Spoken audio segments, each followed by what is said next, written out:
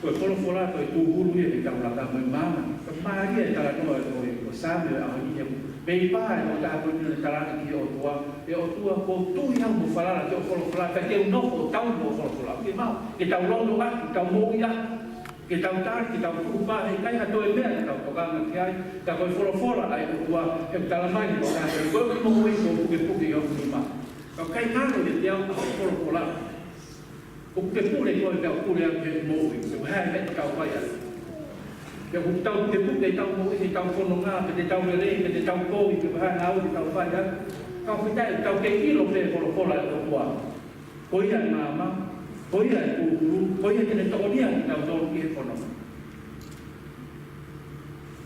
para mai e ko la o su ma na wa ai ko ko la ko to pe ma tau au na ki a ko au na ki whai no hino, au na ki whai ilo hala, ngā hui a koe moa ke mao. Kai milahi ko whaanoko tau kau e whanonga. Kai milahi o tau te ofi tau tole, au na pena i toko ni, ka prahe tau whakawalala ki nai mea keke. Kari aki, koe whakapitania koe Bible wha, ngāua e tau rā koe, basic instruction before leaving earth. Ko whakai no hino, pai mo fua taha he tau mo ui, ki mua me tau hikia kai me mama. Tākau tau nofu pina tō me koloa. Kai tau tō e kōmi ta kai holo ki tau kō. Ki ngai mea ki ke whanonga. Hau tai ko o mai o kuai e kōkola mai tau tōlu, e vai atu tau whamo. Mai e kōkola mai tau tōlu mai whanua, ke whakaupo atu tau ngai na whakatoria i e whanonga. Tau ni ake tau whangasipi, tūku e wholofola kua ke rea mai e koe te wholofola e. Koe hono whina ngā roho ia. E lana ke tau ilo, whina ngā roho ka ki tau ilo e wholofola. Tau rau ia, ke tau mahino, ke tau kāria, ke tau tuikia, ke tau whāria i whanonga. Tau ane ke hoko ai. Wholofola e ahoni, koe whalakolahi mai ke tau tō tāina i ahoni. Mahopinga ke tau toe whoki ke wholofola ai o wholofola. Nā puhala e tau iso le, mo tau whootufu, mo tau mai palani, o tau tokanga ki ngai mea ai tangata, kai tuku ka ngai mea ai o wholofola. Koe mahopinga taha ia, mai tau tō i e mai wholofola. Kurat ke mo tatake o kui, whakalongolongo. Ke whakalongolongo pe ki o tuare, sāme e ahoni. Koe sāme whafoi tui. Ko sāme a au, ko sāme a a. Ke talamai e sāme i a au koni. Ko hoko wholofola koe tō hulu ki he ekulaka, ki a koe, ki a au. Ki ekulaka, moe māmu ki hoku hala. Ki hoku hala, mo hoku hala.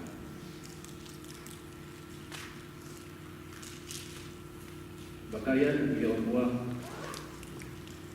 o me mai te koe. Kune ka alo mai, e hala ki tau whanonga.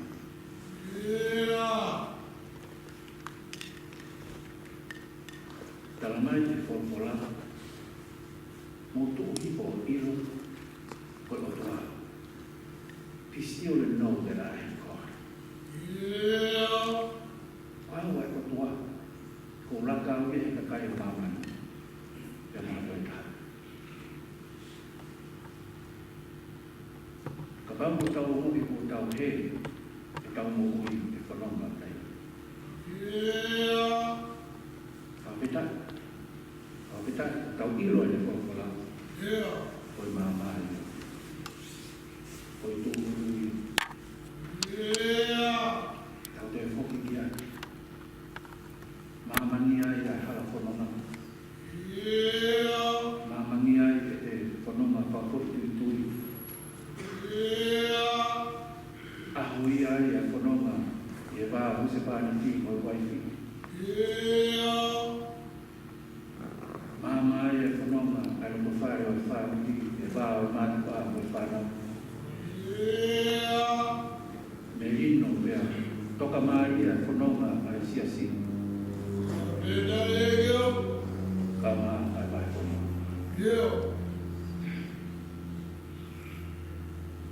Fai mari, al cori come morto.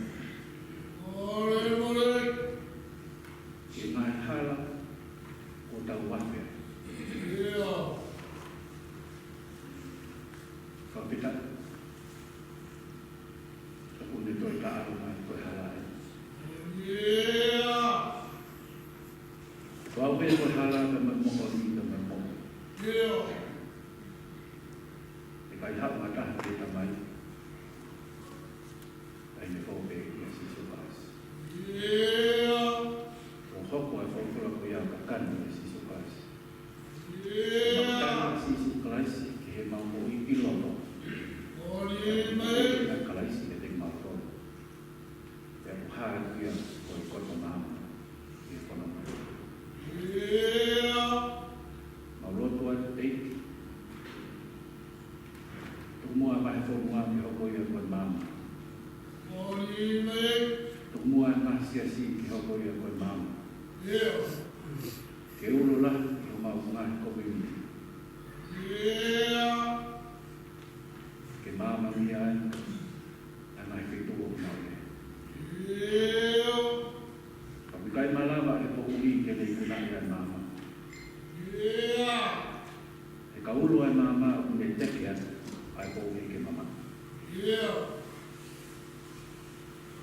Ke mama mi mo ai mau uli ke ba ke. Ya kita tak ki mau to. Ki ha ko.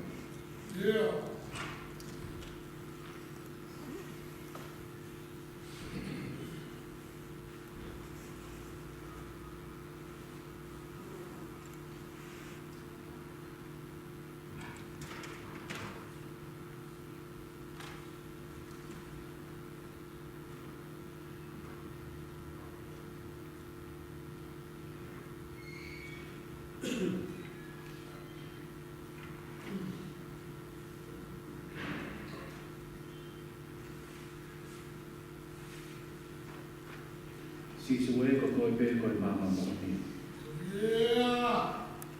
Ulo mo koe i ke mama mo ni.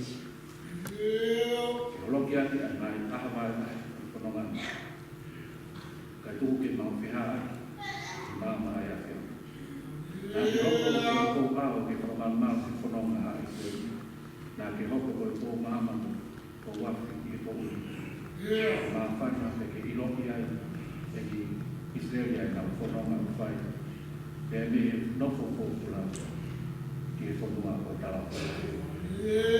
Te e mau whakaamu, e mau whanonga whai ka te mamani ki tāni ki. Ke mau whanonga ki mama ai awha. Tāpo ki mai ai mai whanua. Sea ka mā skripkari. Pena e ki kare kita o revisiona Pasifika. Jadi kau fai te kau pure, kau mai kau fai te kau tope, kau mai kau situa tam kau fonga mai fonga. Kau fai aho ko ini ke mau fonga ni mama ya yon.